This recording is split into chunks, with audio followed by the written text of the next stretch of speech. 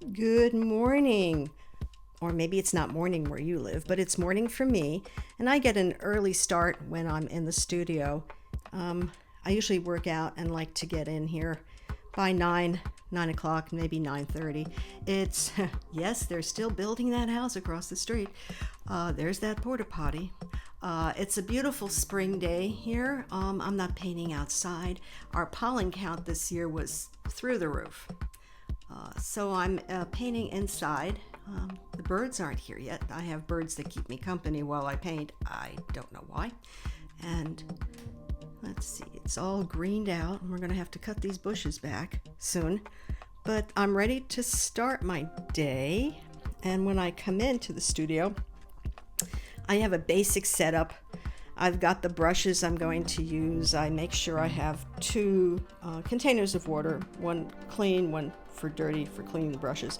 I've got a spray bottle. I've got a sponge, and people ask me in my class, why do I need a sponge? I use this to take the excess water off the brushes that I have, or even to dab off a little bit of paint, depending on how much intensity I want. So that sponge gets a lot of work. I've got my box of tissues. I constantly paint with a tissue because if I don't like what I'm doing, I can lift it right away with a tissue, and paper towels for better cleanup of the brushes. And let's see how the palette looks this morning. And it looks pretty bad. It doesn't look bad, it's just dry, and I would probably need to spray it with the spray bottle. And I'm doing a lot of ums this morning. I guess I'm not that awake. And I got a few brushes out here that I'm working with. I've got a couple of small flats and a, looks like number 4 and number 6 round.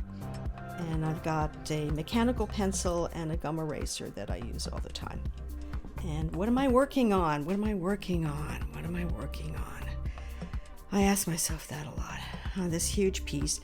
It's about, I want to say, 20 inches wide and I think 15 inches high, or 14 and a half. It's in that area. It's on a gummed pad, and I'm not going to take it off the drafting board right now, but it's watercolor paper, and I use what are known as blocks, watercolor blocks, where the paper is adhered one piece on top of the other, and it keeps the shape of the paper. Arches is really good.